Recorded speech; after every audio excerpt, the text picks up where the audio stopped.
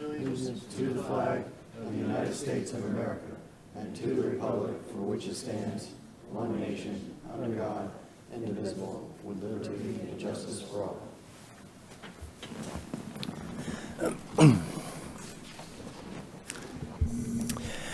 This is the Planning and Zoning Board agency. It's an advisory board which makes recommendations to the county commissioners who will make the final decision on these items. The items on today's agenda will be heard by the county commission on December 2nd.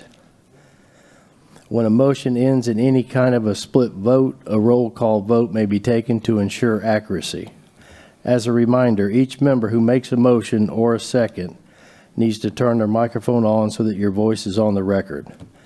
At this time, if any board member has had any ex parte communication regarding any application, please disclose so now. Yes, sir.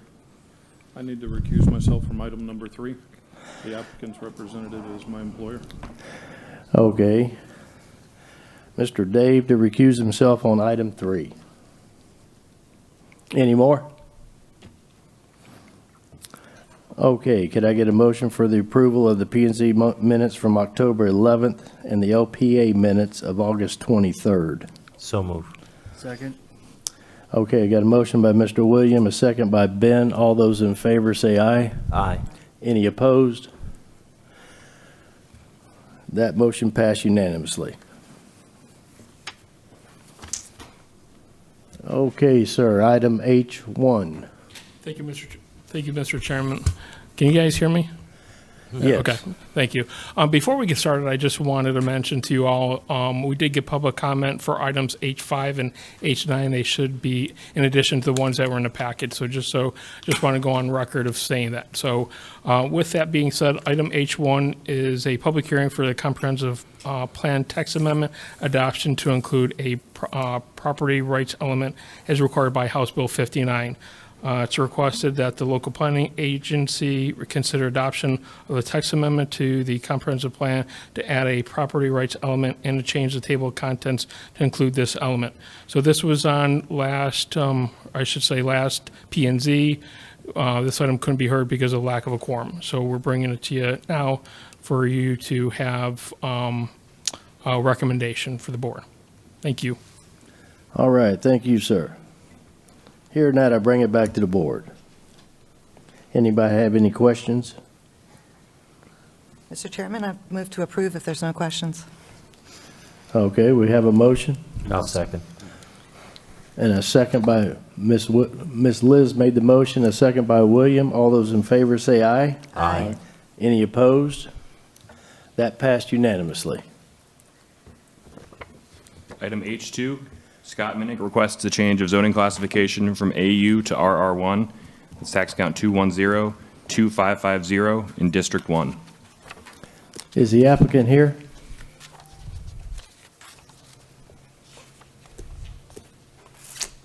Okay, seeing that, we'll bring it back to the board. Anybody have any questions or recommendations?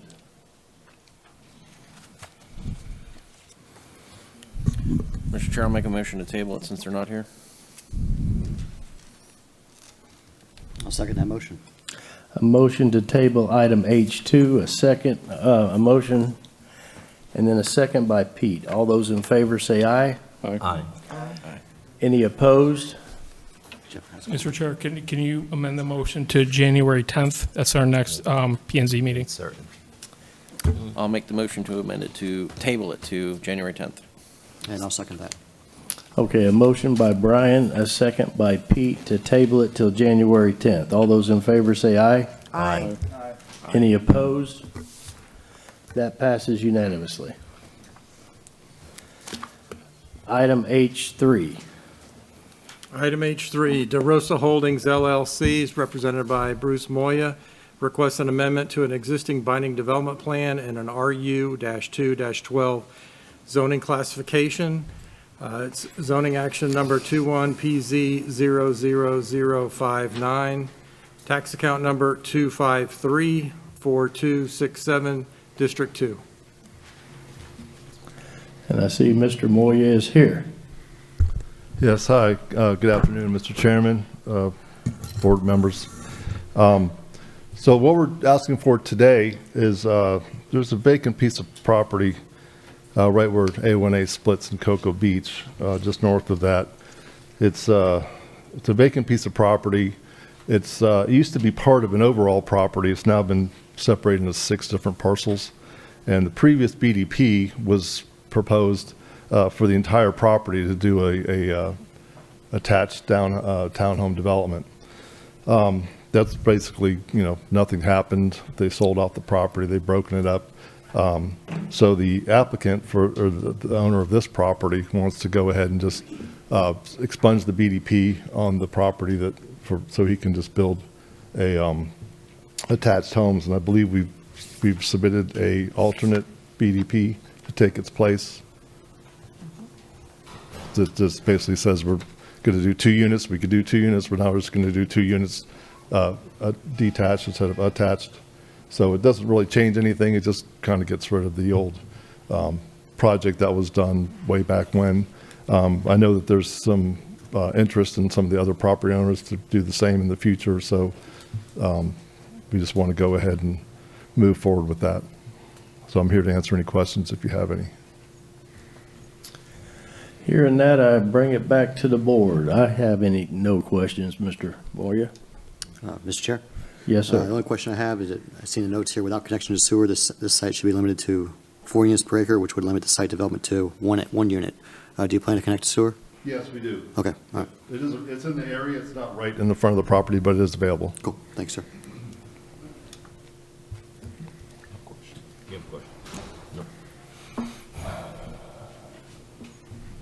Okay, thank you. Is anyone in the audience want to speak for or against this item? Yes, sir. Come on up to the podium, please. And when you get here, sir, if you would, get as close as you can to that microphone and state your name and address for the record. Yep. Good afternoon, Mr. Chairman and Board. My name is Michael R. Stewart. I am the property owner to the south of the adjacent lot to the south of Mr. DeRosa. I'm not speaking here in actually in favor or opposing this at all. I wanted to get on the record that this binding development plan is preventing us and some other homeowners from building a single property home on our property. So we'd like to ask the board to consider dissolving this binding development plan in its entirety as a result of Mr. DeRosa's request. Okay. Thank you, sir. Yep. Anybody else would like to speak for or against this item?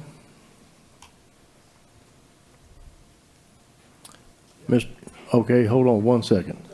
Yes, sir, come on. And if you would too, please, sir, state your name and address for the record. Thank you. My name's John Freeman, and I live at 2012 Julep Drive in Cocoa Beach. I'm new to this process, so I have more of a question. I'm just learning about the BDP. Correct. And as Michael noted, all of us would either like to dissolve it or participate in what they're doing, but there's some restrictions in here that seem to limit what we can or can't do. And we're trying to understand that. So it kind of came suddenly. And I called the board today and found out that I can't join their amendment, that I would have to do something separate, and it would take months. Right. Now, question for staff, what is the legalities in this situation? I'll do it. So, since this application is just for one specific property, Right. the board is only taking action, making a recommendation on that property. Now, if you all want, the rest of the property owners that are included in that existing BDP, if you want to get together and come in to amend your BDP, that's certainly something that you can do. If you want to hang out, I can give you one, or have one of my staff members contact you to tell you how that process works. Okay. All right. Thank you, sir. Thank you. Anybody else would like to speak for or against this item? Well, that's good news. Phone up here. Somebody left a phone here on the podium? Thanks, sir. Well, we're certainly all for that. I think the BDP should go away. Obviously, that's not something we could do at this time. Correct. We were not made aware of that at the time we made application. Maybe when the notices were sent out, maybe there's been some interest. But we would have loved to have gone in as a group, but we just didn't know. This guy came in on his own, made application, paid his fees, waited his duration, worked with staff, got to this point. So I wish them the best of luck, and if they can make it easier on themselves, that would be great if they get together. So, but we'd be all for that. But we would hope that you wouldn't delay this application for that and move this forward. Thank you. Hey, Bruce, I have a quick question. You do have a BDP included in this application, so you want to continue to limit it to the 2 units for each one of those parcels? Yes, ma'am. Okay. Thank you. Staff, would that BDP be attached to all of those lots, or just this Just the specific one? advertised. Okay, It would be a separate fee and a separate application process. okay. Well, in that case, Mr. Chair, if you're open to motions. Yes, sir. I will move to approve the applicant's, or recommend approval of the applicant's request. I'll second that, sir. Okay, you got a motion by Ben, a second by Pete. All those in favor say aye. Aye. Any opposed? That motion passed unanimously. All right. Item H4. Item H4, Donald White and Trevante Raymond Curry request a change of zoning classification from AU to RU-1-13. Zoning item number 21Z00029, tax account number 2103419, District 1. Is the applicant here? Yes, sir. If you could please come to the podium. And if you could get as close as you could, sir, to the mic and state your name and address for the record. Donald White. My address 2000 Jack Court, Sanford, Florida 32771. And a little bit about what you're wanting to do here, Mr. White. Well, we want to switch it. We want to switch the zoning to residential from agriculture. We want to start. I want to build a house or 2 on there, make it for affordable homes. Okay.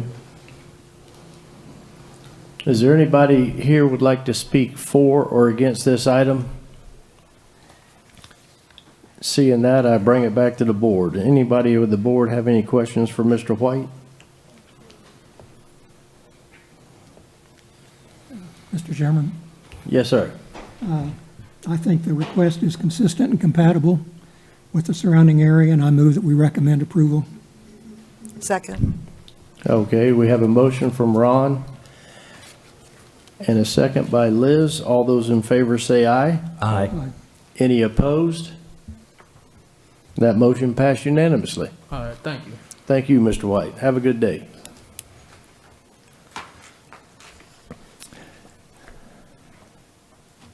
Now, item H5, is that the one that we have the comments that's going to be adjacent to those? Everyone on the board have their comments? Okay, item H5, please, sir. Okay. Item H5 is the Heather Callaghan Trust, represented by Chad Giannone. Requests a change of zoning classification from RU-1-11 with an existing binding development plan. There's actually 2 binding development plans on the property as it stands right now. One binding development plan covers almost the entire parcel. The second BDP is a tip of the southeast portion of the lot lying south of Hammock Trail. This application request is going to RU-17 zoning with an amendment to the existing BDP. Zoning action number 21Z00030, tax account number 2112413, and it's in District 1. Okay, is the applicant here? Mr. Chair? Yes, sir. George is going to provide you with a little background with what the proposed BDP is asking to do. Okay. The request had been amended after the application submittal. The first request was to have the RU17 zoning consistent with the residential 1 and residential 4 future land use designations.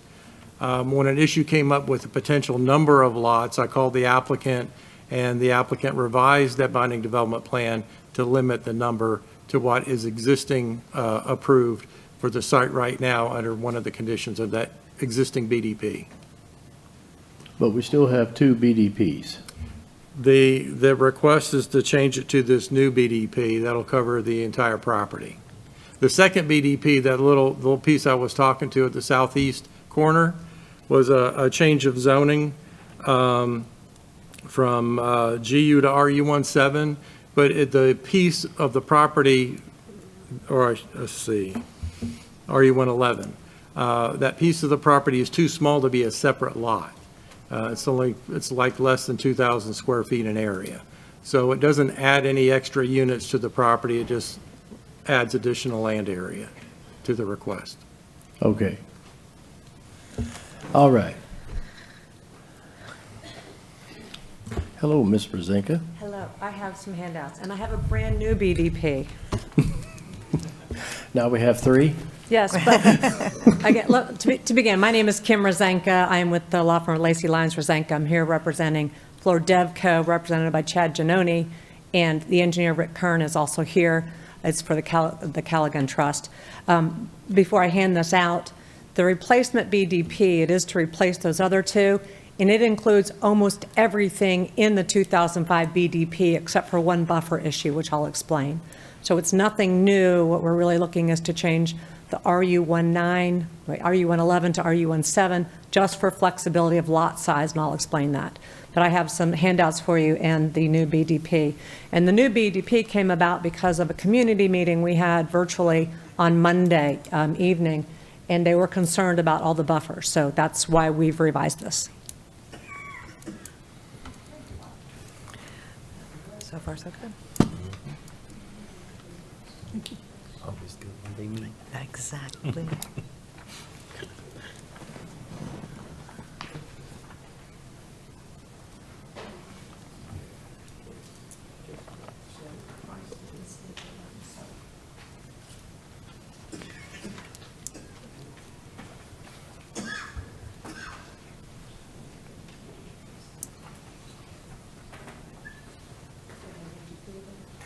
Yeah, don't hand them out.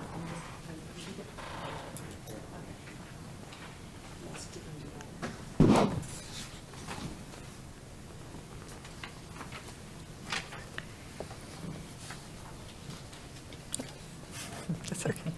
I need to get you an assistant. Thanks.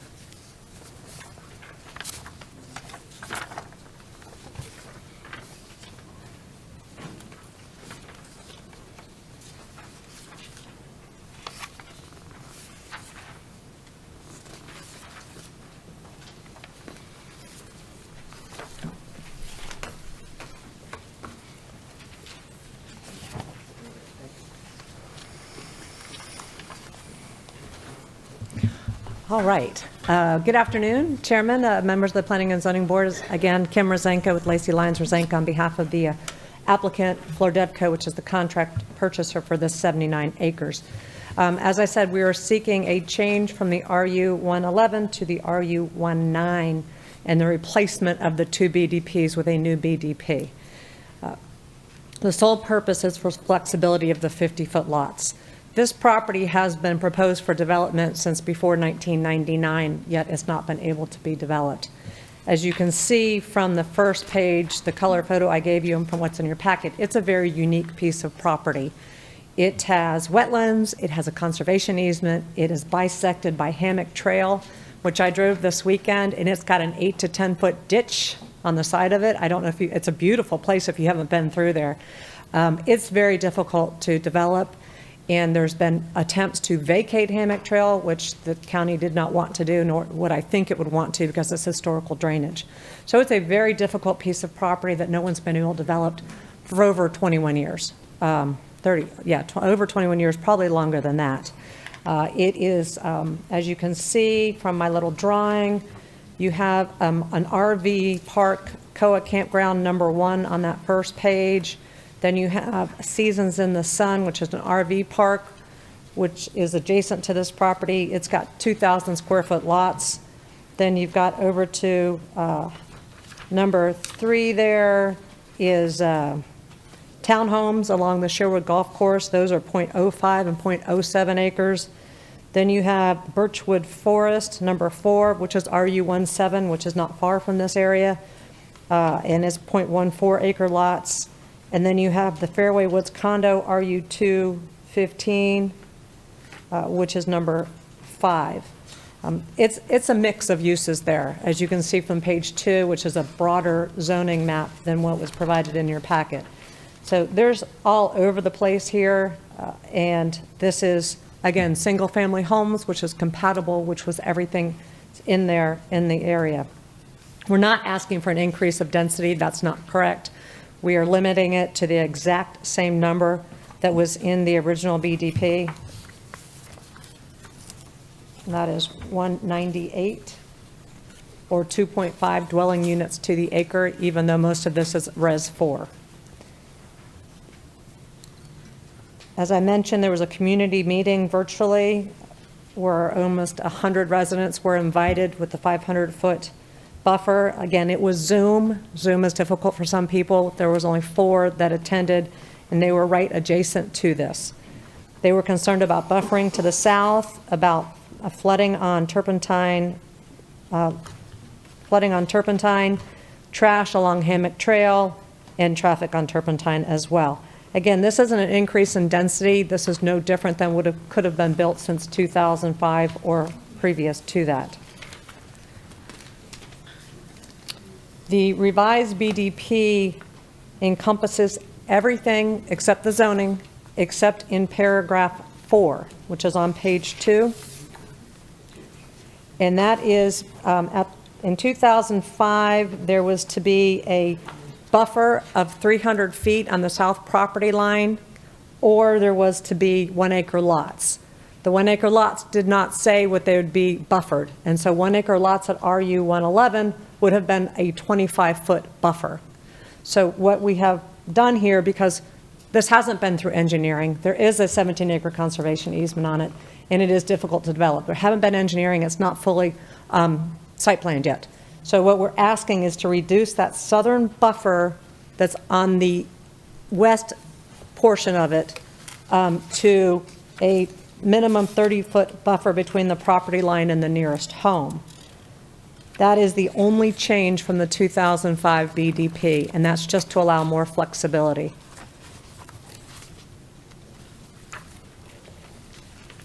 As mentioned, we're still working on the engineering and the subdivision plan. Obviously, we have to retain all of the water, the historical water. Likely, as you know, when engineering comes about, flooding does get better. This property also, because Hammock Trail will go through it, likely they will be cleaning that up and making it better. We're still not sure about sidewalks and things like that because, as I said, there's ditches on each side and they crisscross under the road. It's something I've not seen bisecting property before. And the residents did ask if Hammock Trail could be vacated. We're looking into it. Again, I'm not sure that's going to be possible. And if access on Turpentine Road could be eliminated, and again, we don't know that yet. It is a public road, and because this property is so long, they're probably going to require fire code to have at least 2 accesses. So I don't think we can eliminate Turpentine Road either. Although the developer is willing to work with the neighbors and has met with them, will continue to meet with them as we go through engineering, and mentioned Rick Kern is here if you have any specific engineering questions, but most of that has not been resolved yet. And with that, I would ask that you approve the rezoning to RU17 with the replacement BDP as provided today. Okay. Thank you. Thank you, Ms. Kim. Is there anyone in the audience who would like to speak for or against this item? Okay. Well, when you come up, you're going to need to state your name and address, and you're going to get 3 minutes here to talk. So, sir, yeah, we'll start with you. Yes, sir, that's fine. My name is Donald Martin, 1735 Turpentine Road, and I read the article about what they want to do from 46 down to Weary Road, and changed, I don't know if the zoning's been changed yet or not, but when I moved up here from Fort Lauderdale, like 10 years ago, I moved up here to kind of get away from that type of thing. I mean, that's why I'm on an acre, and this is the exact thing I didn't want to see happen. I never thought would happen. And I don't know who this guy is or who these people are that are proposing this, but have they thought about how they're going to handle it as far as let's see, schools, water, wastewater, See, all traffic, that's- everything. Not to interrupt you, sir, but all that has to be handled in the engineering and the permitting stages. We're just here for the zoning. As far as the zoning goes, who decides on whether the zoning gets changed or not? Well, we make just a recommendation to the county commissioners, and this will be heard, I believe it's December 2nd. The county commissioners will be having the final say-so. The county commissioners will be having the Yes. final say, and will it have anything to do with the residents of the area at all? I mean, do they have any say in this whatsoever? Oh, yeah, definitely. See, like, they'll come here to speak just like you're speaking here, or they can come to commission meeting on December 2nd and actually speak there. And they're the ones that's going to make the final decision. Okay, and they're going to make the final decision. I heard her talking about Turpentine Road and all that, and that's not what we're talking about, right? Or are we? We're just merely talking about the zoning. The zoning only? Right. Okay. Right. All right, well, I'm against it. Let's put it that way. I'm totally against it. All right. I've seen what it can do to a small city that I lived in South Florida. I know what it can do, and that's why I moved here. I moved here 10 years ago. It was wonderful. Matter of fact, the Indian River didn't even smell bad when I moved up here. But I guess we're not here to talk about that. All right. All right. Okay. So I just had to be heard. I didn't have to, but I wanted to. I just wanted to put my nay vote in there for you guys. All right. And let you know. So it looks like I got 2, 1, 0. All right, I'm sir. out of here.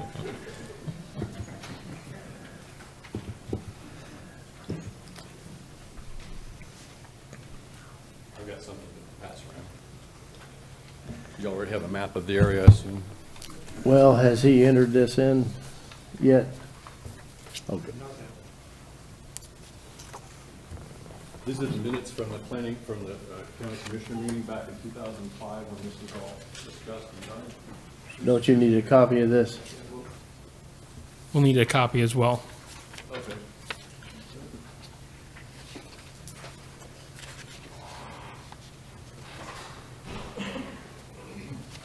I think I got 2. Okay, I got one.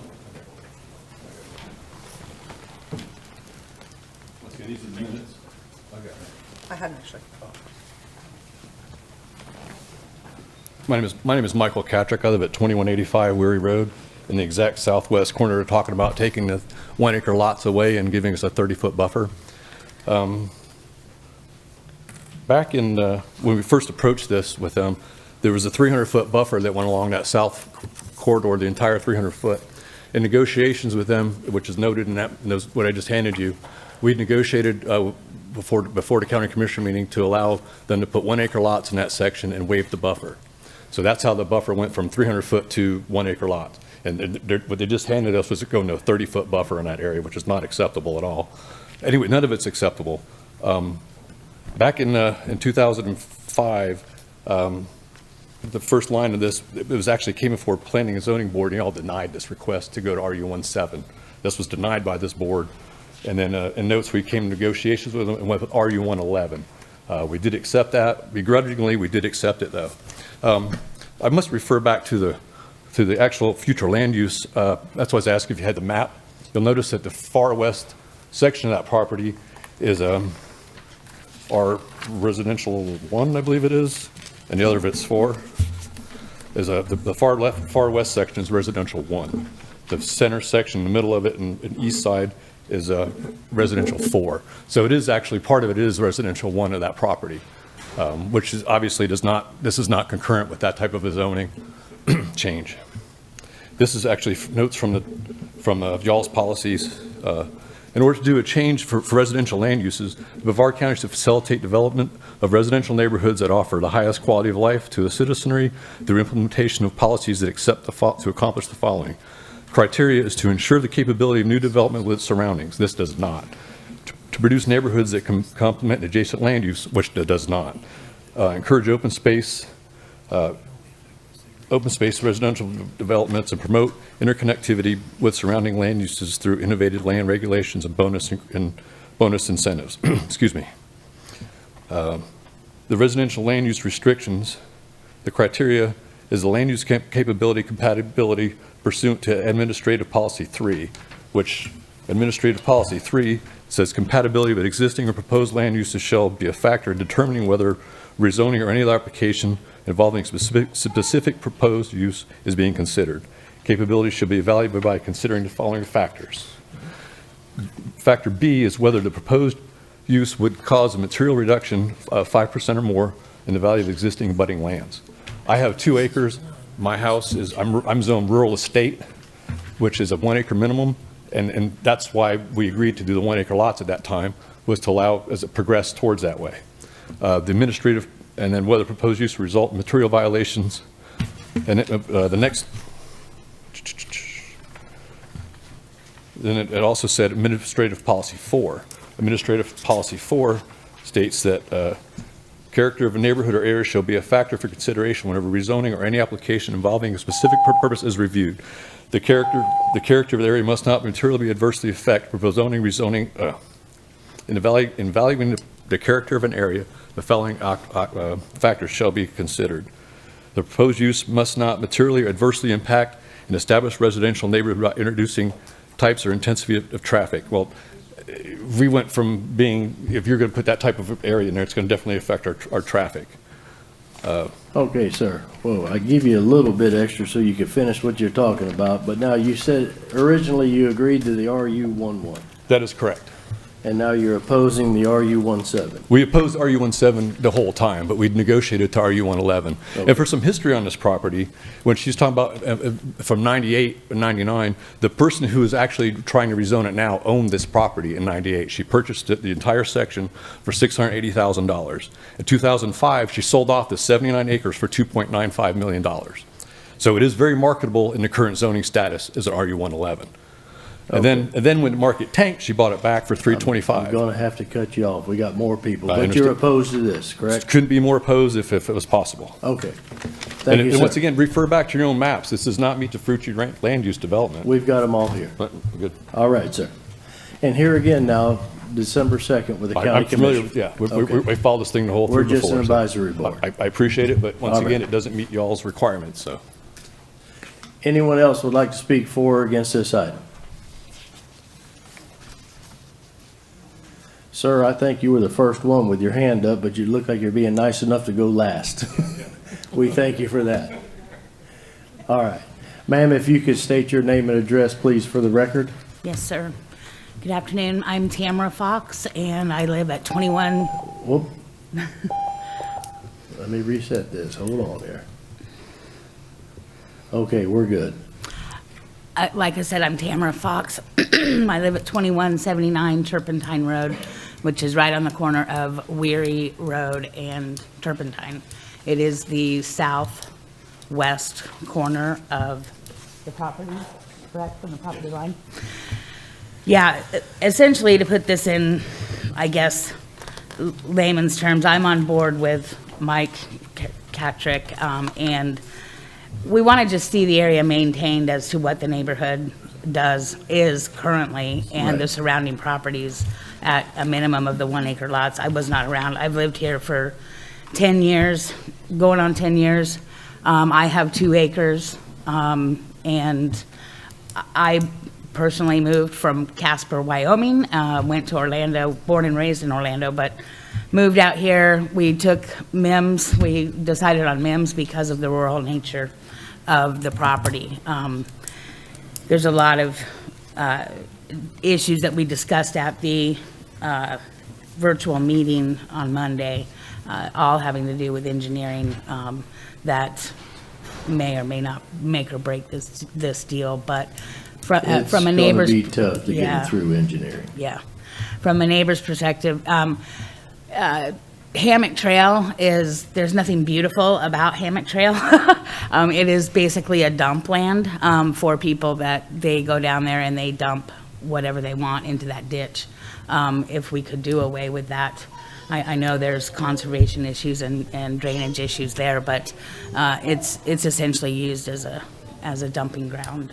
That's one of the first things we noticed 10 years ago. So, and I remember that conversation like it was yesterday, that was a dumping ground. It's not pretty. It is a beautiful area outside of Hammock Trail, and we want to keep it. We would keep it that way with the 1 acre buffer lots at least along that side. I think the majority of the neighboring properties around that area are either 1 or 2 acre lots. I don't think there's anything less than that outside of the RV park and the campgrounds. That's what we're looking at, but I'd like to see it stay in quid pro quo, and I guess that's about it, but there's a lot of good issues there, so. All right. Thank you. Thank you. Yeah.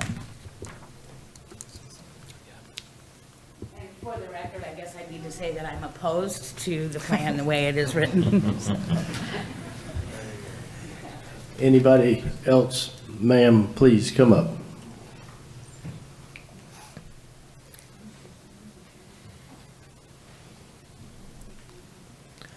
And I know I keep saying this, but if you could state your name and address for the record, please. My name is Margaret Primavera. I live at 2485 Barcy Road in Mims. Okay. I would just like to pass these out. I don't know if it'd be relevant to you today, and I hope it will be. I've lived at my home for 38 years.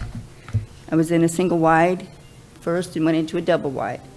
But these are natural pictures back then when I lived on the property to today. And I only have 7. Mr. Chair, just, ma'am, if you have copies of those pictures, because if you supply them to the board, then we have to take those pictures for the record. That's fine. Okay. I have 7. Can I give 7 out, or do I have to give every one of you one? No, we can share. No, the board can share. I just didn't know if you just had 1 copy. No, I So, got yeah, the board copies. can I share. have We 7. just need a copy for the record. I'll just spread them out and then you can pass them around, whoever you choose. Okay.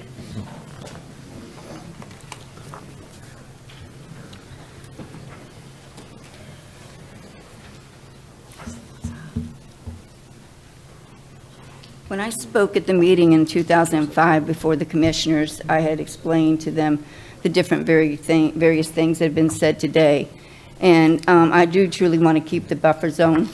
And it is, I've been told, an easement back in the day. And I also went to the Corps of Engineers, Army Corps of Engineers, and spoke to a gentleman. And he said it was protected.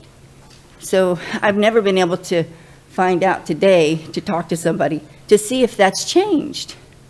But I know when we've had the hurricanes in the past, flooding is horrific in Mims. And that ditch gets very high, and the flood zone is, I mean, it's terrible. It's running into the yards, it's running out into the street. I've seen people where they've had to, on Holder Road, get out of their cars on the side of the road with boots on to even get to their homes. So I just want to say I oppose this very highly. All right. Well, thank you, ma'am. Thank you.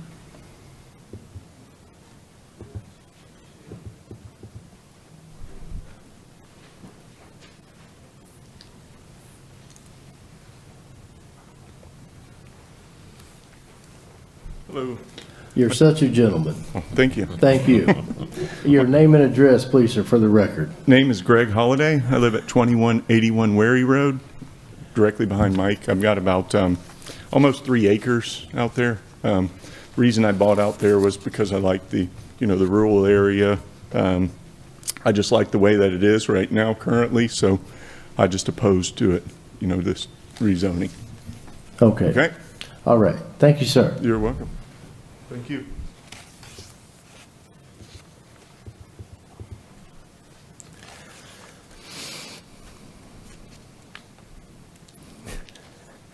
You're fine. My name is Philip Osborne, 2375 Turpentine Road. Thank you all for seeing me. I really don't know what to say. I lived there for 50 years, and this is where we're talking about. It was an orange grove, Mrs. Holder. It was the prettiest grove in the world at the time.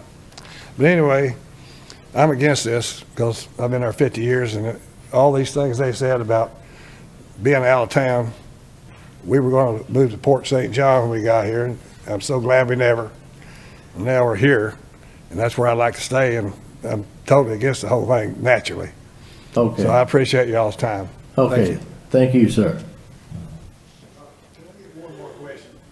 I ain't trying to act like somebody else. You still got 2 minutes and Okay. 21 seconds. Now, I misunderstood something You here. can use it all up even. Okay, let's see. Kentucky Wildcats. Anyway, earlier you said something about this would go to the county commission. Yes, sir. We're just an advisory board. Right. Now- The county commissioners are going to make the final ruling on all this. All right. Well, say you don't send anything. Is that possible that if this ends tonight, you don't send forward anything, or they are going to pick it up anyway, one way or the other? No, we have to vote on it even as us. All right. Say it comes out no, that you don't approve it. It still goes to the county commission. Yes, sir. And they still have the option of overriding. Correct. Okay. All right. Well, thank y'all. Okay, thank you. Anybody else would like to? I see you back there.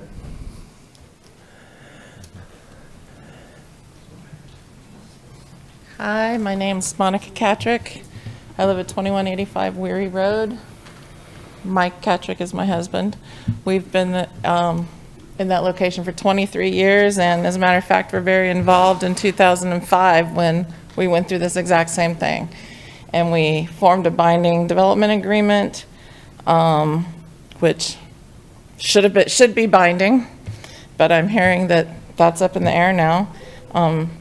It's anyone that comes to our house says, wow, you found the nicest place to live out here, a lot of privacy.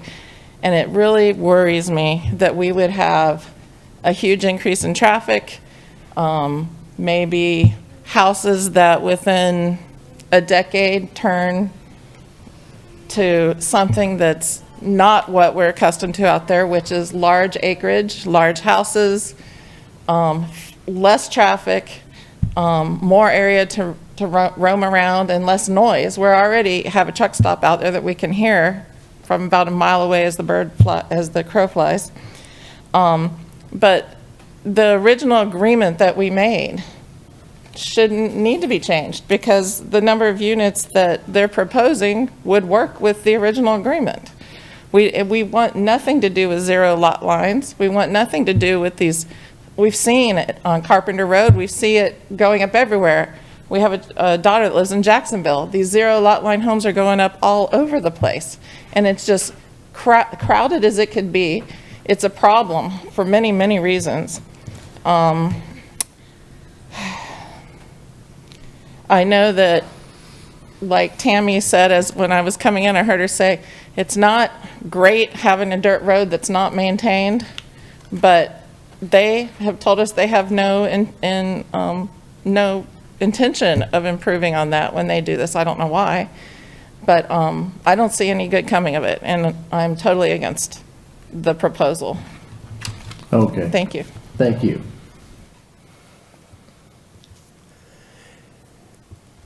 Yes, ma'am. Back in the back.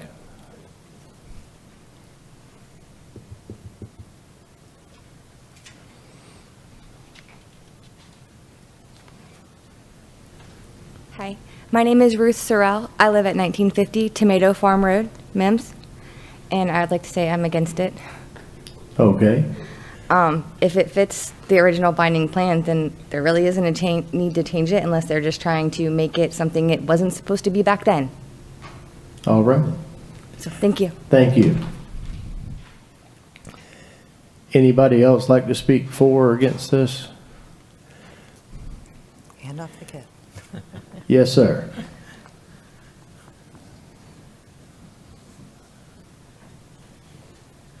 If you could state your name and address. My name is Jacob Turner. My address is 1980 Tomato Farm Road. Where we're at, it's generally kind of rural. A lot of everything's 1 acre lots. I mean, we're just a little bit farther away, but we still drive by this every day going in and out. Yeah, I'd personally like not to see it changed. I mean, what was proposed back then obviously passed. I think it should maintain and stick. But I'm opposed. So. Okay. Thank you, sir. Anybody else would like to speak for or against this item? Seeing that, Ms. Rosinka, could you come back to the podium, please, ma'am?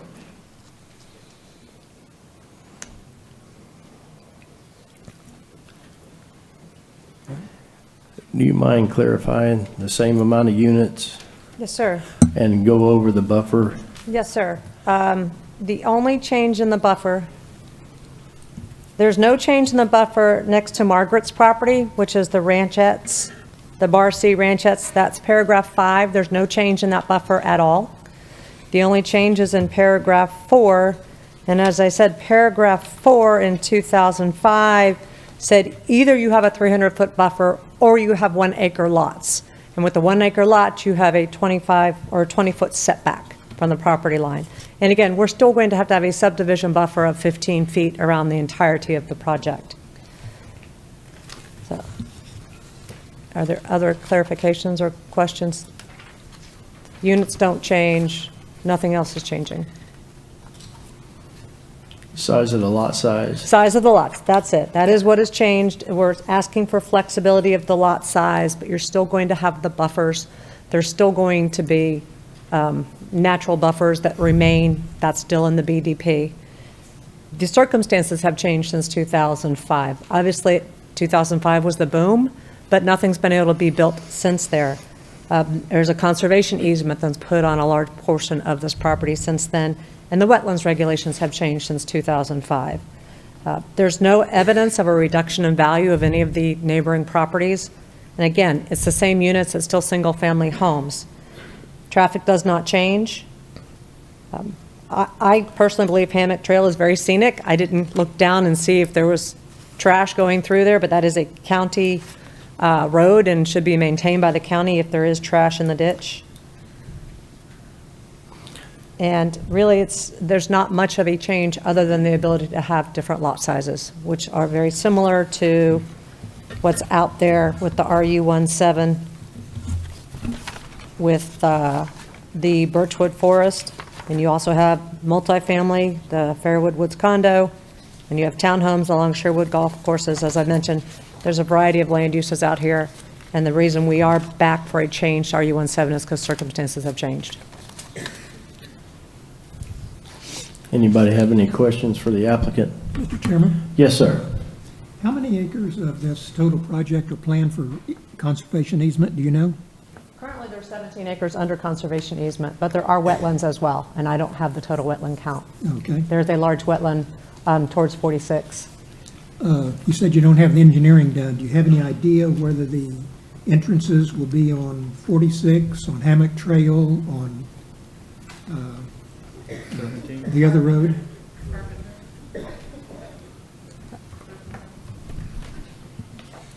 Rick Kern has been working on that. Okay. Richard Kern, 5963 Stillwater Avenue. We'll have an entrance on Highway 46 and probably on Turpentine as well.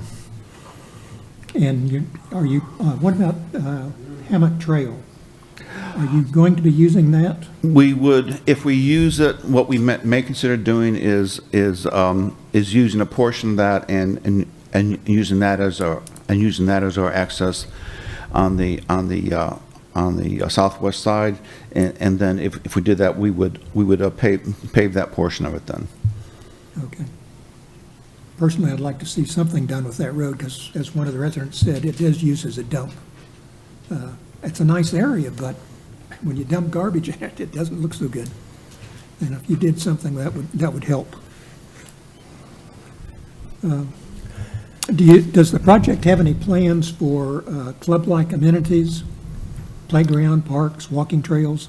There'll be a amenity area, a fairly small one. There'll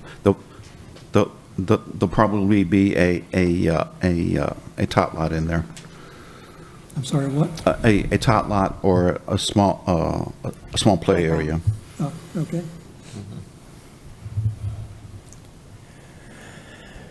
Anybody else have any questions for Mr. Rick?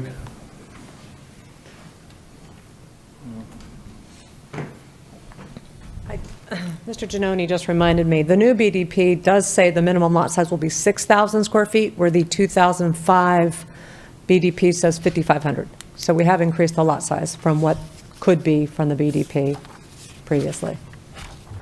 Now, I don't know how they were going to do that in RU 111. I assume open space. Yeah, they're going to use the open space subdivision. Oh, so they're going to cluster, Mr. Chair, I have a cluster the homes. Yes, sir. So you're keeping the same lot sizes or your amount, 198 units. What is the reasoning for reducing the buffer size? Only because of the land itself has changed, and it's to allow them to be able to get those number of lots. They don't know where all the buffers are going to be.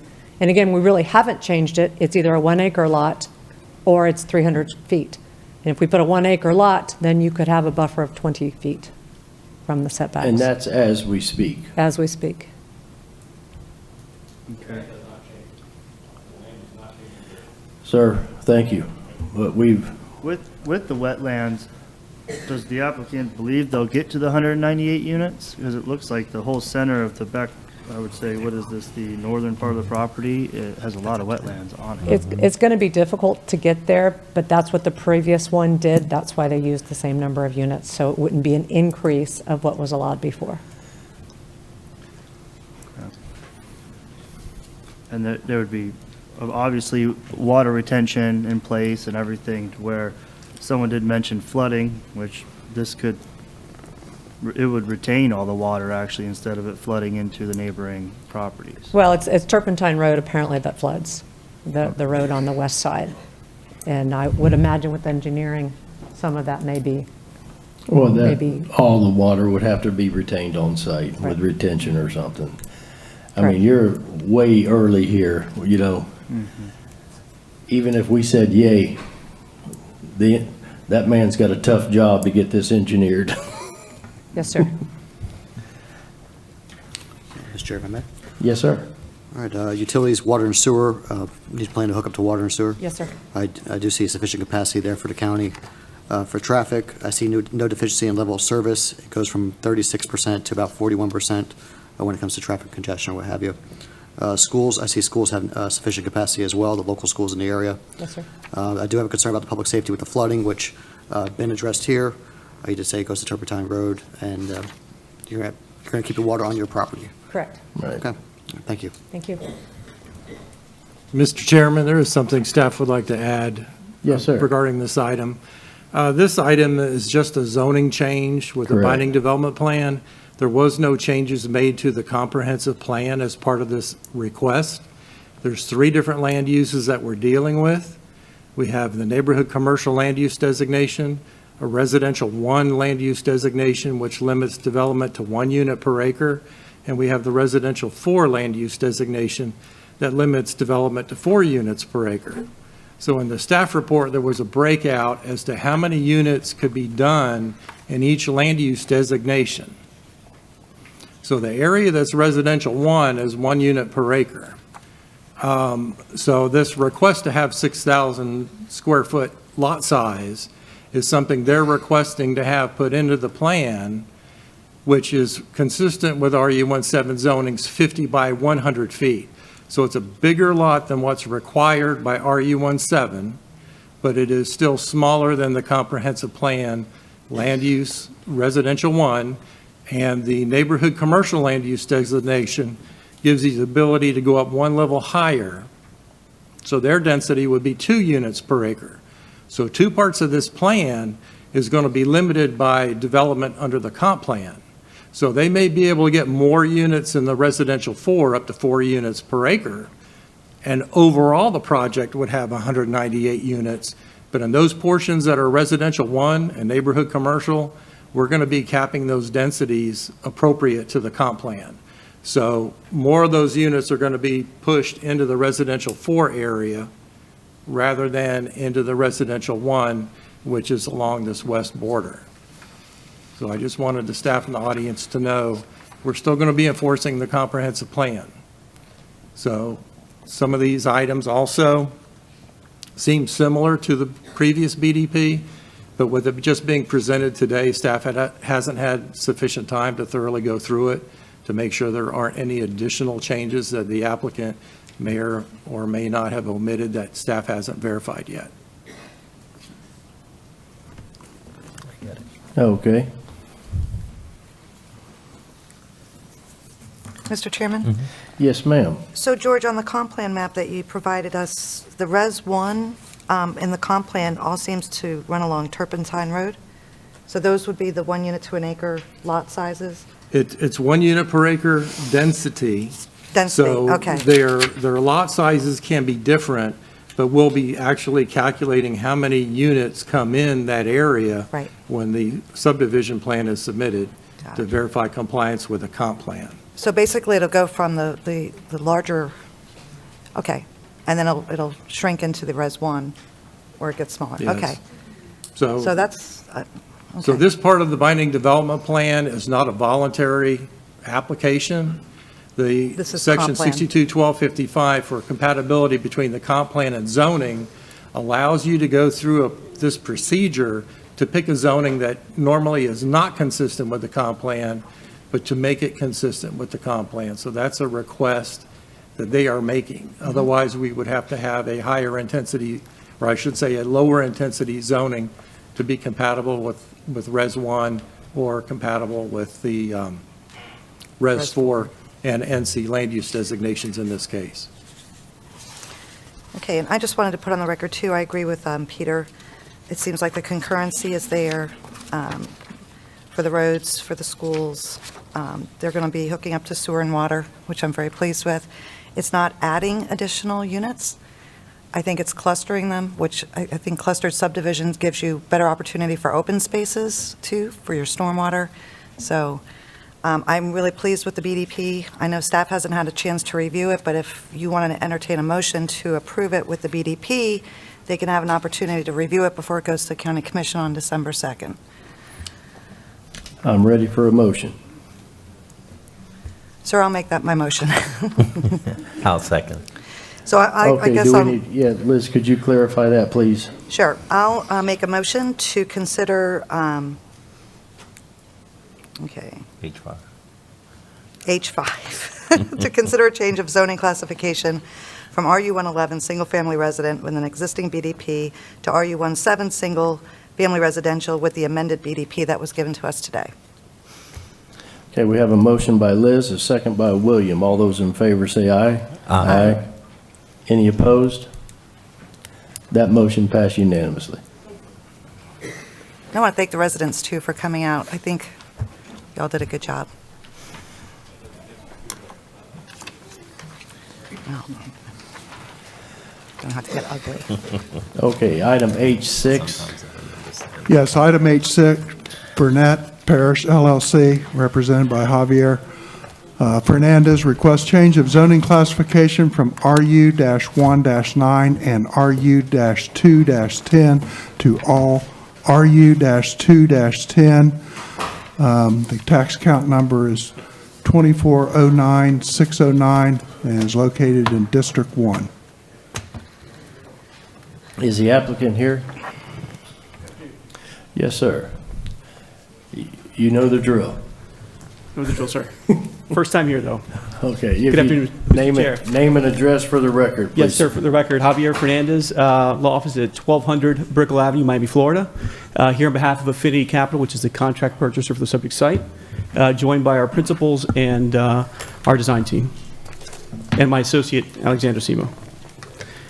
Hey, how are you? I think we have a couple handouts for the board and staff. We're going to do a low-tech version of our presentation since we didn't submit it in advance. I apologize for that, sir.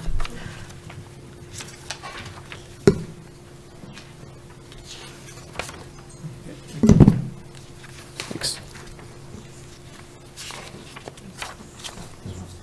Let's look at this.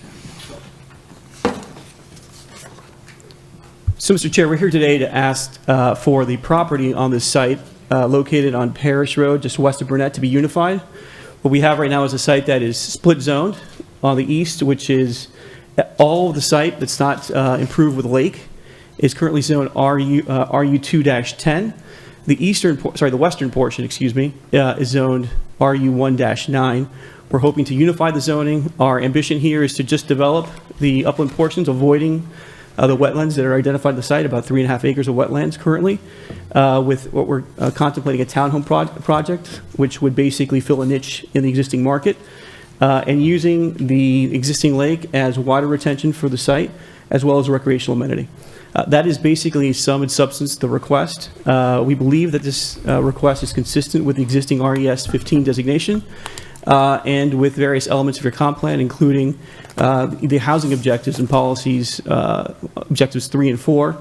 This will help right an imbalance that we have in today's market. There's, as you all know, been a substantial run-up in demand for housing product in this county, and this product will fill a niche and provide some a new housing type in this submarket. And with that, Mr. Chair, if you've got any questions, we're happy to take them at this time. Okay. Mr. Chairman? Yes, sir. Question. Yes. Did you say that these are going to be rentals or condos or? Our ambition would be to have it as a for-sale product type, sir, which is consistent with what we're seeing in the other area. We have a lot of new single-family housing development to our south and east. And actually, we've got Brevard County owns some housing to our north and west. We'd like to kind of provide this new kind of for-sale product to this sub-area. Are they going to be multi-story units? No, sir, there'll be single-story units. Single-story? Yes. Okay. And what size is each single-family dwelling? What are you looking at? We're looking between, I believe it's 1,200 and 1,600 square feet. 16 to 1,800, excuse me. I apologize. Okay, thank you. Any other questions for the applicant? This is your preliminary. Yeah, we just wanted to give you an illustration of what the layout could look like. Now we're contemplating, as you can see, our principal access would be on Burnett. We'd like to provide a clubhouse-like amenity to your prior question, sir. Okay. That would be for the benefit of the neighbors. And we'd have some egress and ingress as well on Parish adjoining the lake. Are you planning on having houses around the wetlands areas? I noticed there's. Yeah, we have a swale, as you'll note, right here at the southeast corner to create a buffer for that particular wetland. We're still trying to figure out the massing. We could theoretically do as many as 260 units in that one piece. Whether we'll get that, we're still very early in our conceptual design, but we'd probably have the units have their rears almost as an extension of, whatever backyard those units have. Okay. Okay. Thank you. Mr. Chairman, can I ask a quick question here? Yes, ma'am. Liz. So where the water is on the west side, you're going to want to make that the RU 210? Yes, this is Your the only plan? part of the site that would change its zoning. So currently, there's no construction that could take place on that property? No, and we're not planning to. Again, it's just So a- by it's a- making that the RU 210, then it makes the whole property density increase because you've combined the two. We're not looking to use this for any additional density. It's a very important point. Thank you for asking that question. We have got 27 acres that are the non-lake portion at 10 units an acre currently. We're thinking 260 is the maximum number of units we could get on that portion of the site, given all the constraints. Our understanding of your land development regulations is that we have to basically unify the zoning so we can use this retention area for water and as a residential amenity. All right. So that, I just want to be clear with staff, by giving the request of the RU 210 for the whole property, that increases 43 units to this property? Because currently it says 38 or 39 single-family units and 178 multifamily. And now we're going to 260 multifamily? Yes, that's correct. Okay. That's the potential. But again, Mr. Chair, if I could just correct, again, we've got 27 acres and 9 acres. The 9 acres are the subject of the application. We are not factoring that into our intended density calculation and development plan. Right. But it still increases the density. It does technically, yes, ma'am. Mr. Chair, if I can just interject for a second. So, Mr. Fernandez, that concept plan that you show there, is that in the handout that you had? It is, sir, yes. There's Okay. So I just want the board to understand is that staff has not vetted these concept plans at all. They still have to meet county code and go through the permitting process. So just because he's showing that does not give the indication that staff has approved that, and there's nothing in there that would prevent them from getting a permit. It's just we have not seen that before. Right.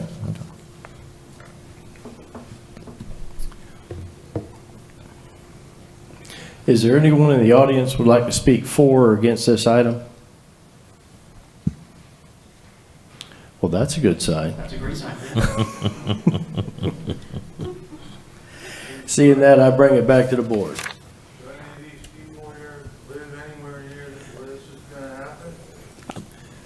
Sir, that's why I was asking, but thank you, though.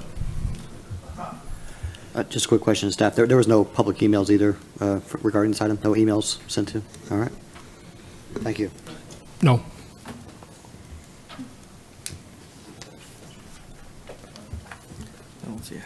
Mr. Chairman, Yes, sir. I think the request is consistent and compatible, and I move that we recommend approval of this zoning change. Okay, we have a motion by Ron, I'll second that motion. a second by Brian. All those in favor say aye. Aye.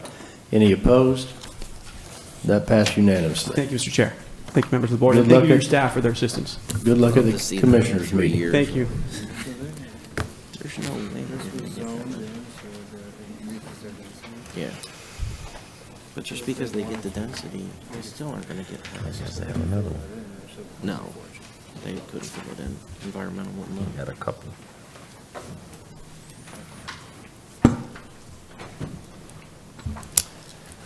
Okay, There's no way in the world. Item they're gonna get enough H7. parking in there for that many units. Mr. Chairman and members of the Planning and Zoning Board, just want to point out items H7 and H8 may be read into the record together, but require separate motions and votes. Item H7, Perone Properties, Inc., and Curtis R. and Sharon E. Davis, with Javier Fernandez as the applicant, request a small-scale comprehensive plan amendment, 21S.06, to change the future land use designation from Res 4 to Res 15 via application 21PZ 00062, tax accounts 2424006 and 2424007 in District 1. Item H8, Perone Properties, Inc., and Curtis R. and Sharon E. Davis, with applicant Javier Fernandez, request a change of zoning classification from AU to RU210 via application 21Z00032, tax accounts 2424006 and 2424007 in District 1. Okay, sir, again, name and address for the record. Yes, sir, Mr. Chairman, again, members of the board, Javier Fernandez, again, law office is at 1200 Brickell Avenue. Again, here on behalf of Affinity Capital, who is a contract purchaser of these two parcels. This is a 40-acre assemblage located on Plocky-Baum Road, just west of Clear Lake, if I'm not mistaken. And what we are asking for today is a change in the zoning from AU to RU210 and the underlying land use designation from RES4 to RES15. Those designations, we believe, are consistent with the changing conditions of the sub-area. For the board's benefit, we prepared a short exhibit, which I think very neatly summarizes what's been happening in the community. If you look on page 5 of the handout that we provided, there's a small map. From that map, you'll see on it notated the subject property. In the last 3 years, we've had substantial changes happen via some rezonings in the city of Cocoa and to our south in the city of Rockland. This is a portion of unincorporated Brevard that sits between those two cities. To our north, we've got RU 215 zoning, the Cocoa Grand project, which you may have read about, which is currently under construction. It's a multi-story, multi-family project. We also have RU 215 zoning just to the east of that site on a project that's being developed by D.R. Horton called Lakeside Palms. The first phase, the eastern phase, is already completed. The western phase, the site has already been developed, and I'm assuming houses will be built there fairly soon. To our south and east, Harvest Landing is a PUD. The density there is somewhat comparable to what we're doing, but we see our site as a transitional type of use between those single-family residential zero-lot line homes, the proposed townhome product, again, we'd like to develop here, and the multifamily to our north. For those reasons, and the reasons cited in your staff report, we believe this request is not only consistent with your comp plan, but again advances many of your objectives, including many elements of your housing policy. And if the board has any questions regarding what we intend to do, we're happy to answer them at this time. Again, I'll have an illustration. Again, I want to begin where I should have last time, thanking your staff. They've been very kind to someone who's first time through this jurisdiction. We appreciate their professionalism and their assistance. We have not vetted this site plan, but again, wanted to give you an illustration of what the site could look like just in terms of the layout. We do have a large portion of the site we are excited about, which is a lake. We see as a nice amenity for the neighborhood. We'd like to have a prominent clubhouse to anchor that area, provide that as a kind of a waterfront amenity for the site. This site is served, and there's been some questions about public utilities. It is served by water and sewer through the city of Cocoa. We've confirmed through a certificate of availability that capacity is available to service the site, and have identified where we would be connecting, which are from points along just south of Parish Road, south of King near Parish Road, bringing service to the site. So we'll be doing some substantial improvements to the infrastructure for that area, which probably should help with future applicants in creating capacity there as well. With that, I'll leave it to your questions. I'm happy to answer them. Hearing that, I bring it back to the board. Anybody have any questions for the applicant? Anybody in the audience want to speak for or against this item? Sir, if you could let them speak there. Mr. Chair, before the public comes up, Mr. Fernandez, that site plan that you showed and that exhibit is in this packet of information? Yes, it is, but they are. Okay. Yes. And just the same comment as before, staff has not vetted those site plans to make sure that they're in compliance with our code. We reserve the right to make comments on that during that process. Thank you. So stated. Yes, ma'am. Your name and address for the record. My name is Pam Rogan, and I'm representing Harmony Farms. We're located at 2205 Plucky Bum Road. I neither agree or object, but I do have a concern about the road. We already have the houses that are going in east of us. We've seen no improvement in the road. The road is a 2-lane road with the canal on one side, all the traffic that comes through there. The road is not maintained well by the county right now, so the additional traffic is going to present a problem, a big problem, particularly when it rains. It's going to be bad. We don't object to more houses being there. That just means more volunteers for Harmony Farms. So, there you go. But we do worry about the road, the condition of the road and the traffic on the road. Thank you. Okay, thank you, ma'am. Is the ingress and egress is going to be Plucky Bum? It is, ma'am. Yes. Wonderful. Thank you. Sir, would you like to speak or? Okay. All right. I'll bring it back to the board. Do we have any questions for him? Sir, did you say that the access will be on Plucky Bond Road? Yes, sir. The only access? Yes, we believe that our principal access and probably only access will be from Plucky Bomb Road. That's correct. Okay. Yeah, that road is a problem. Yeah, no, and we've traveled to understand the conditions, and again, we're at the very beginning stages. We're going to have to get subdivision approval here and replat, and I'm assuming there'll be a fair amount of subdivision improvements that will come along with that request.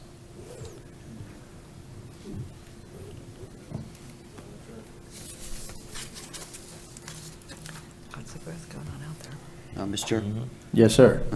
just want to thank Mr. Fernandez. Thank you for bringing business to our county, and you crossed your T's and dotted your I's, man. Thank you. Thank you. We do our best. Thank you, sir. Yeah, I'm make a motion to approve item H7, land use designation from Res 4 to Res 15. I'll second. Have a motion by Pete on item H7, a second by William. All those in favor say aye. Aye. Any opposed? H7 passed unanimously. Mr. Chair, members of the board, thank you for your service and your time. Have a good day. Oh, we got a second more. item. I'm Still sorry. got a I don't- second. You got a third one. A little excited here. Sorry. Hang in there. Mr. Chair, if you don't mind, I'll also make a motion to recommend item H8, that's to request a change of zoning classification from AU to RU 210. Second. Got a motion by Pete on item H8, a second by Liz. All those in favor say aye. Aye. All those opposed? Now you can go. Thank you very much again. Thank you. I know you don't want to hit that traffic, huh?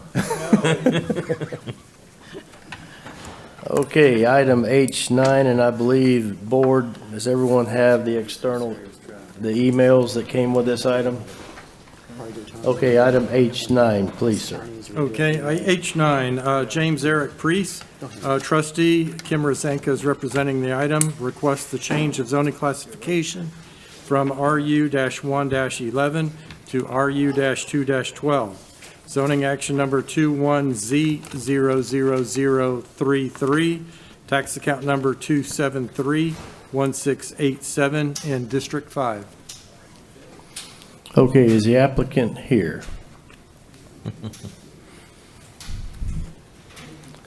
Again, Ms. Rosenka. Yes, sir. Good afternoon again, Chairman, members of the Planning and Zoning Board. My name is Kim Rosenka with Lacey Lyons Rosenka in Rockledge, Florida. I'm here on behalf of James Eric Priest as trustee. He is here with me as well. This is a piece of property in the county jurisdiction, but adjacent to the town of Indialantic. We're here to rezone from RU 111 to RU 212 on property located on Franklin Avenue in Brevard County. Per your staff report, per the maps in your packet, this is consistent with the future land use of Res 15. In fact, Res 15 is everywhere if you look on that page 3 of your maps. The zoning we're seeking, RU 212, is adjacent to the west, and there is similar zoning to the north, RU 210, and then to the south are Indialantic zoning, which is very small duplexes or townhomes. I'm not sure exactly which. The purpose of this is for Mr. Priest to be able to build 3 condominiums. They will be owned, not rented. He intends to live in one of them. This is consistent with the zoning to the west and the north, consistent with the duplexes to the west and the south, and across the street to the north and the east. There are also duplexes. Currently, this is vacant. It was an old 1958 house that has been torn down. It was just an old house. There is water and sewer to this site. Also, too, across the street to the south there, across Grosse Pointe, those are duplexes, 0.06 acres. They're the Chalets Antique. Those are all on Grosse Pointe. And I say that because there are a number of people who have put in objections. Current property is 0.26 acres. The size of this parcel, when it would be divided, is similar to those to the west, and it's larger than those to the south. Those to the south are very small, as I've mentioned. The objections from the neighbors, again, there's a petition that you've seen in there, and that's some lady that walked up and down the street. There are no reasons in the petition. It doesn't say why they're objecting to it. They just don't want it. And most of them, if not all of them, are on Grosse Pointe, and they're duplex owners. Yeah. And they're in the town of Indialantic. Ms. Burnett complains about traffic and people and transients, and those are more particularly directed to either the sheriff's office or to code enforcement. Mr. Kivy lives west near the school. His concerns are speculative. Ms. Waldorf has multifamily zoning and in fact has a daycare on her property, which I have pictures to show you.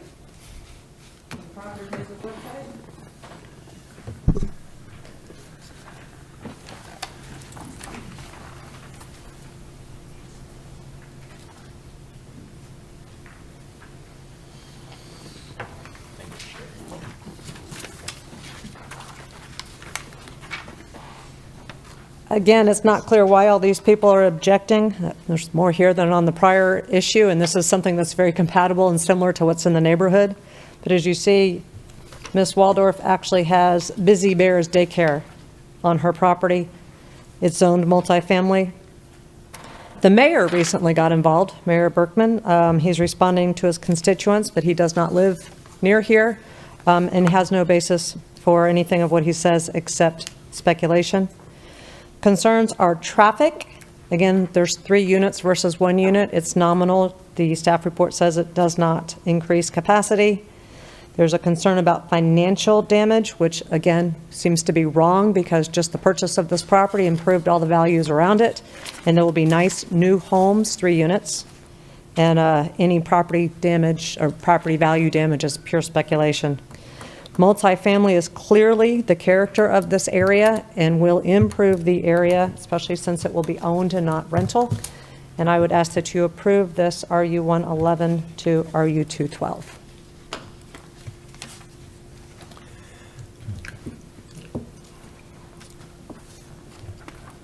Does the board have any questions for the applicant before I go to the audience?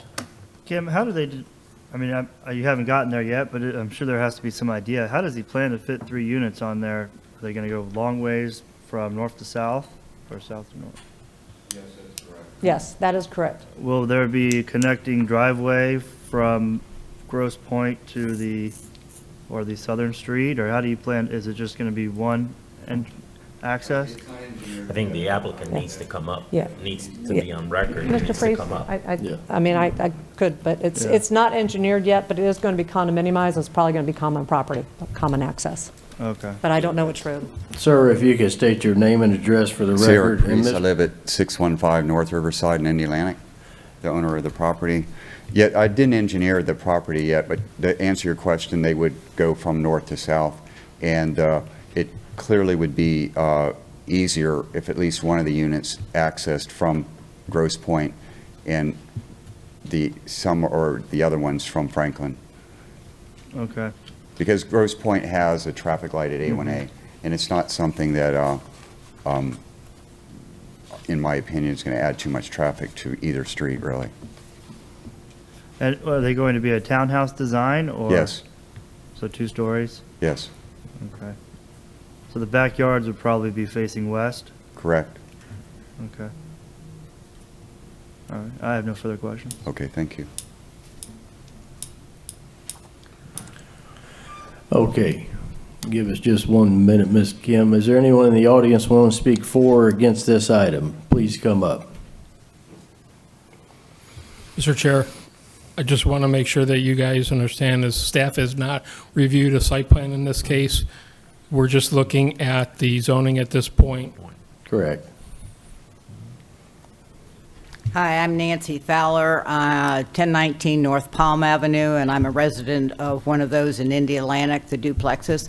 We have no objections to the duplex type thing. It's a triplex with a cut-through from Grosse Point to Franklin, which is a problem. It changes the direction of all the homes in that area. They all face a street and not like a cut-through. I've got concerns about the using it as a cut-through, and we've had many problems with traffic on Grosse Point. The road's too narrow. We get buses, school buses from the elementary school and the junior high coming. They have to go up on our properties, and just adding that type of configuration is perpendicular to Grosse Point. That's our major objection. We feel it's going to be unsightly and used as a cut-through. So that's our major objection. Duplex maybe facing Grosse Pointe, a duplex facing Franklin, separate them somehow. But our major objection is for, not only the school buses, but for the site of what it's all going to look like. And it's going to make it more commercialized in that area, and we are strictly residential. Where we live on the block of the chalet is on all over 55 units. Those are our objections. Thank you very much. Okay, thank you, ma'am. Ms. Kim? Yes, sir.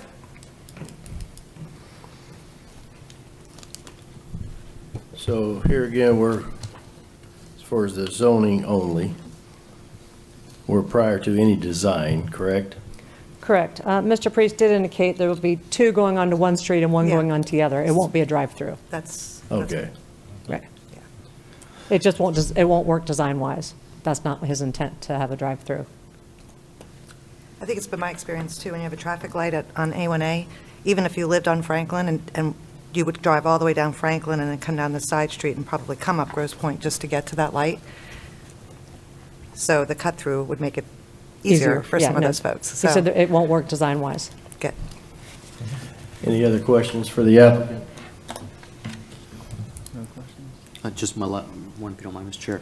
Is there other triplexes on that street, or are they all duplexes? They're all duplexes, Okay. but they're smaller lots, the duplexes. They're smaller lots, all right. There are triplexes further north. And there's 7 units on the next street. Okay. All right. Yeah, I think this is a unique area of Brevard County in general, especially on the barrier island over there, in between Indian Harbor Beach and Indian Atlantic. I do know, like Indian Atlantic, I don't believe allows duplexes at all, and there's just that gap there. Well, that's what the chalets are. Those are duplexes in the town of Indian Atlantic, just to the south. Well, I'm going to make a motion to approve the zoning Okay. classification from RU 111 to RU 212. I'll second. Got a motion by Pete to approve item H9, a second by William. All those in favor say aye. Aye. Any opposed? You're batting 1,000 today. Thank you.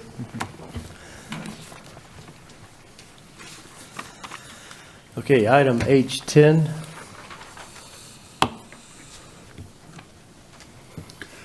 Yes, item H10. EH Coco LLC, represented by Brian Potts, requests change the zoning classification from BU-1 to BU-2, application 21Z 00034 on tax account numbers 2442707 and 2442708, located in District 1. Okay, is the applicant here? Yes, sir. Your name and address, please, for the record. Hello, Brian Potts, Townhouse Design, 2494 Rose Spring Drive, Orlando. So we have a site that we'd like to switch the zoning from BU1 to BU2. The site currently has a 2-story retail building that's been there since the 60s. And the issue is that in BU1, you're not allowed to build a new building that's any taller than any of the surrounding buildings, and there's a trailer park behind us. So you've got some buildings that are maybe 11, 12 feet high. So it's a pretty restrictive requirement when we've already got 2-story buildings on the property. I wanted to add that currently the building that's there from the 60s is only 15 feet off of the property line to the trailer park. And we would be putting up a wall, a solid wall, and also cutting it back to 20 feet, which is now the required buffer. We've designed the building so there would be no ingress egress on the rear side. Currently, the retail building there has a gap, and there is actually a truck loading well on the back side towards the park. So we would be eliminating all of that, and we'd be planting a pretty heavy buffer as well per code. So I'm available for any questions. Okay, hearing that, I bring it back to the board. I guess this is staff or a question for staff. Going to BU2 opens up a lot of options for this property, correct? Yes, it's a lot more intense zoning classification, allows for warehousing, wholesale, and retail, instead of B1 just allows for retail. So a dump or anything like that would not be allowed under that zoning? A dump? No. Okay, good. Wasn't sure. That's industrial, I would imagine. I have a question on the wall and the setback. Would that come under site plan? Because he's got a commercial site, that a wall probably should have been there anyways because of the Well, nature. as Mr. Potts said, that this has been around for quite some time, probably before we even had Yeah. a code that required a wall. So with redevelopment of this site, this would be required to just go through the site plan process. And the where site they- plan would require, so we don't have to do a BDP, I guess is what I'm saying. Correct. Because that'll come through the site plan. Mr. Chairman? Yes, sir. I have the same question about the BU2, because it does open up a lot of things, possibilities, some of which would be undesirable in this area. And I was wondering if you might be willing to add a BDP that would restrict the development to a two-story metal building containing many warehouses.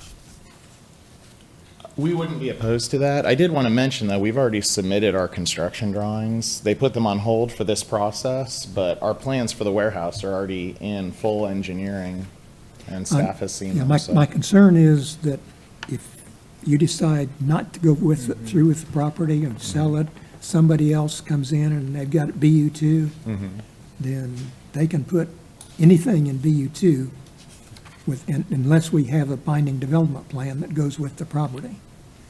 The binding development plan would say that you can do what you want to do.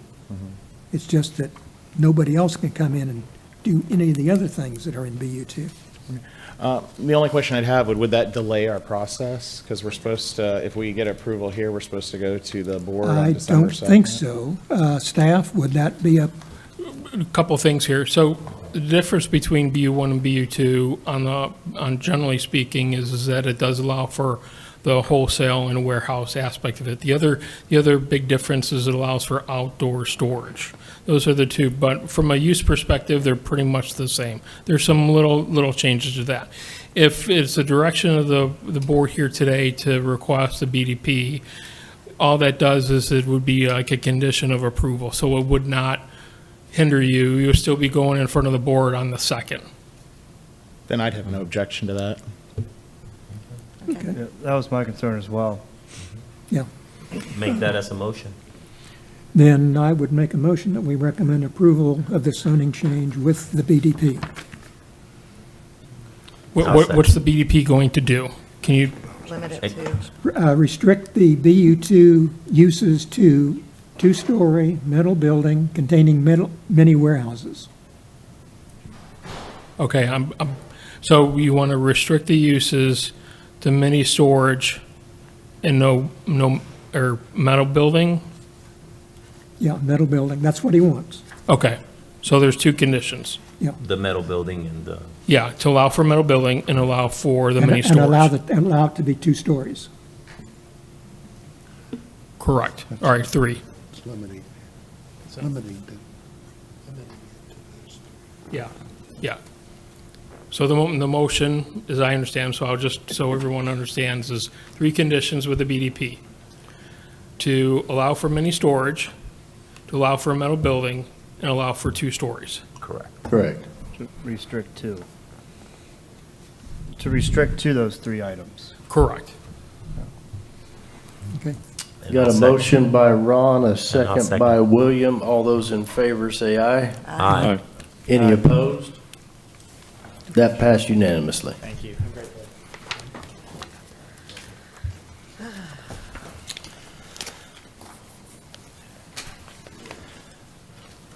Okay, item H11.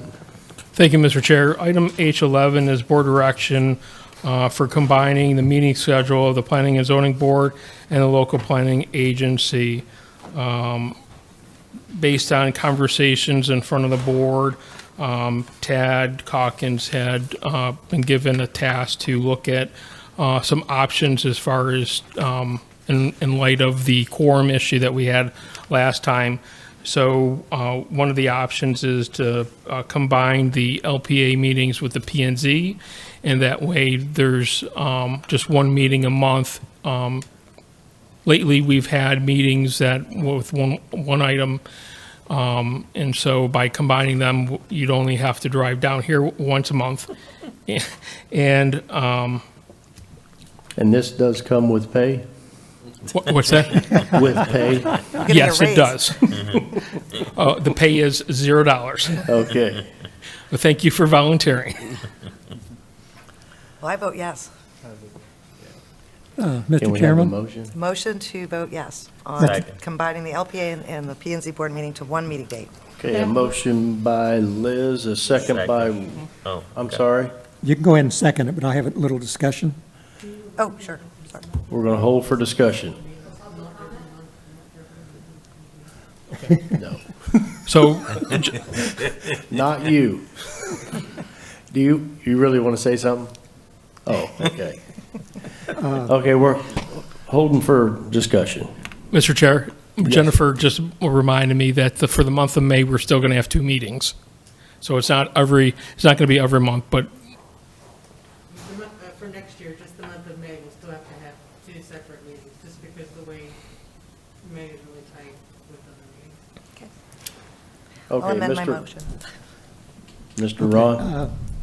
Some years ago, maybe 10 or 15, the LPA and P&Z used to be not only separate meetings, but their functions were really separate. And in the public meetings, they were treated that way. Comp plans came up for LPA, zoning changes come up before the P&Z.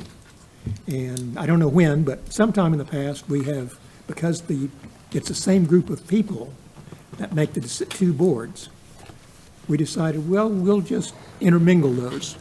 And I don't have a problem with that. I just want to let you know that's happened, and so essentially, we have been meeting as a combined board for many, many years. So, that's nothing new. The only concern that I have is that there have been probably 3 or 4 times that I can remember when a meeting an item was delayed. Like, for example, we had one today was delayed because the applicant wasn't here. And in most cases, we were able to delay it to the next meeting in that month. So it didn't present a real problem in the applicant's ability to move on with his project. That's the only concern I have, is it might create a hardship on a few applicants. But like I said, it's 3 or 4, over a period of maybe 4 or 5 years. Well, the way I understand it, if we combine it, I would like to think it's going to make it easier. Then we could handle it all at once. Oh, yeah, it will, because that part I don't object to. Right. Because that's what we've already been doing. Right. My only concern is about eliminating the one meeting. We're eliminating a meeting every month, reducing it down to 1 meeting a month. And if we have to delay something, then that's going to put it into the next month instead of being able to keep it in that month. Okay. I don't know if is there any restriction, staff, is there any restriction on timing? If something can't be done in a certain amount of time, an applicant has to pay additional fees? The P&Z board can table an item at least once. There is no additional fee for that tabling. For the one applicant that was scheduled for today, I do have all the staff planners contact the applicants to make sure that they are present for this. So we do everything that we can to kind of remind them, hey, you need to be here for this meeting. It's just, there's only so much that we can do to make sure that things run smoothly. You're absolutely right that this, you lose the flexibility of having that second meeting a month. Yeah. Right. But like I said, I don't, that's my only concern. I mean, I would actually like to see it only 1 meeting a month, because I'd drive long ways to come to get here. Yes, sir. Any other discussion? My request as to staff would be if we can label items for LPA and items for P&Z once we do have that 1 meeting. Yeah, I don't see an issue with that. Cool. Thank you, sir. And Liz, does your motion still stand? Yes, with the understanding that May we will have two meetings, an LPA and a PNC board meeting. Jennifer? And Mr. William, did you second that? I second. Okay, we got a motion from Liz, even though the May meetings will still be 2, and a second by William. All those in favor say aye. Aye. Any opposed? And Mr. Pete would like to make a comment. Yes, we received all in our packets here, the interoffice memo regarding ag tourism and certain zoning classifications for related activities as such. So I'd just like to thank staff for looking into it for us. I did see that the short answer is no, that we cannot restrict. However, I do have a question regarding, because sometimes for board consideration, you'll mention the ag tourism in that portion. Like the board may want to consider if ag tourism is going to be here or not. Will that still be included in our packet? Yes, well, what we do from a staff perspective is try to identify where agritourism could potentially be a problem when it's adjacent to residential. Obviously, if they're out in the middle of nowhere and it's not going to affect anybody, then agritourism is really not, up front. But in certain areas or locations where you guys should consider it, we will put that in the board consideration. Okay. I do know some other municipalities that have limited ag tourism, for example, those wedding venues. That's why I brought it up in the first place. There's a town right next to Palm Bay that does it. So how can we limit a wedding venue opening up next to a wedding venue, opening up next to a wedding venue? Will we do that via BDP or?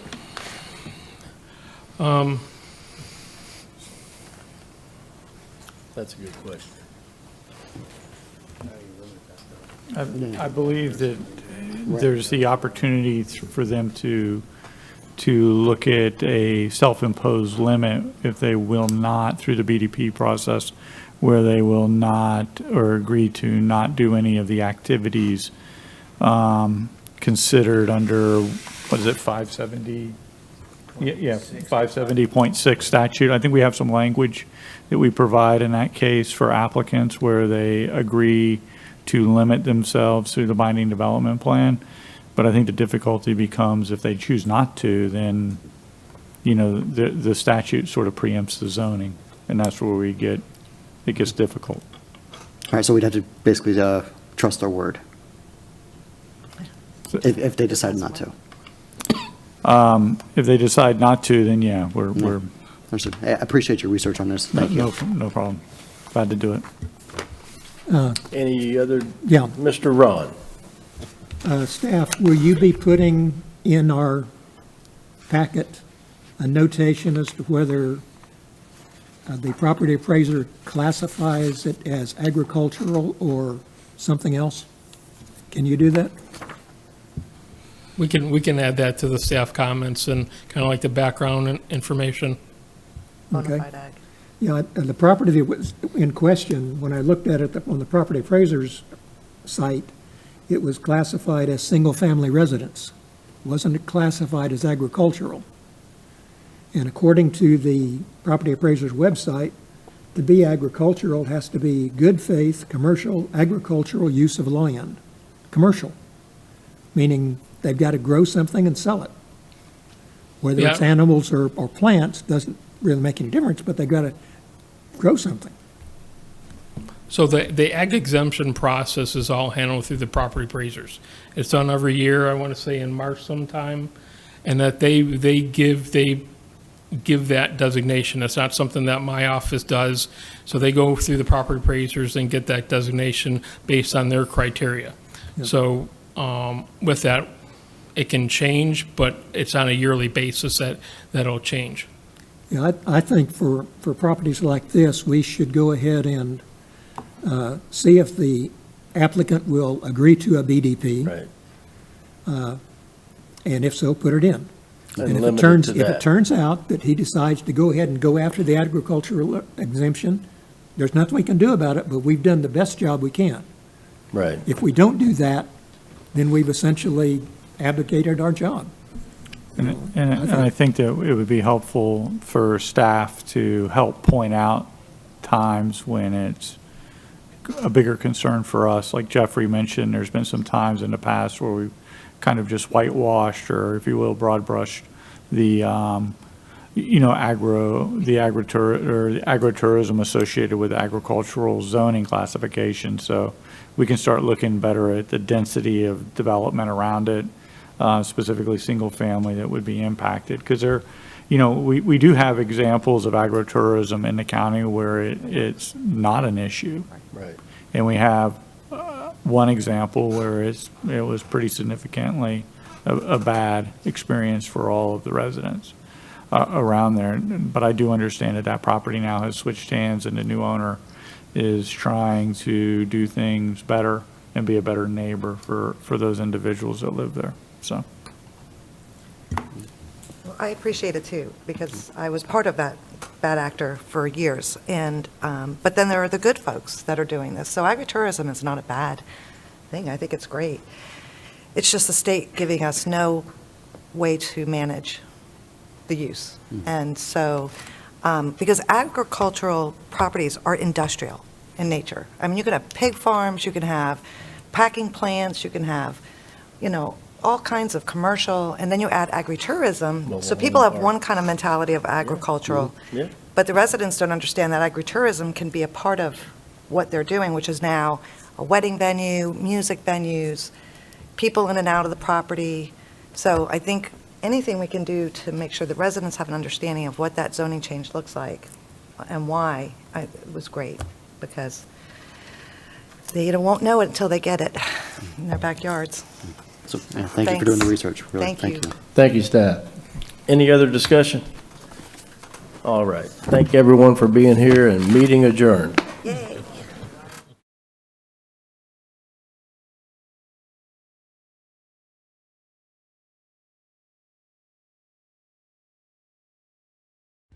The opinions expressed by any member of the public during any period of public comment do not necessarily reflect the views or opinions of the Board of County Commissioners of Brevard County, Florida, Space Coast Government Television, or the program sponsor, and are solely those of the presenter. The Board of County Commissioners of Brevard County, Florida, Space Coast Government Television, and the program sponsor hereby expressly disclaim any and all responsibility or liability for any defamatory or slanderous statements expressed by any member of the public during any such period.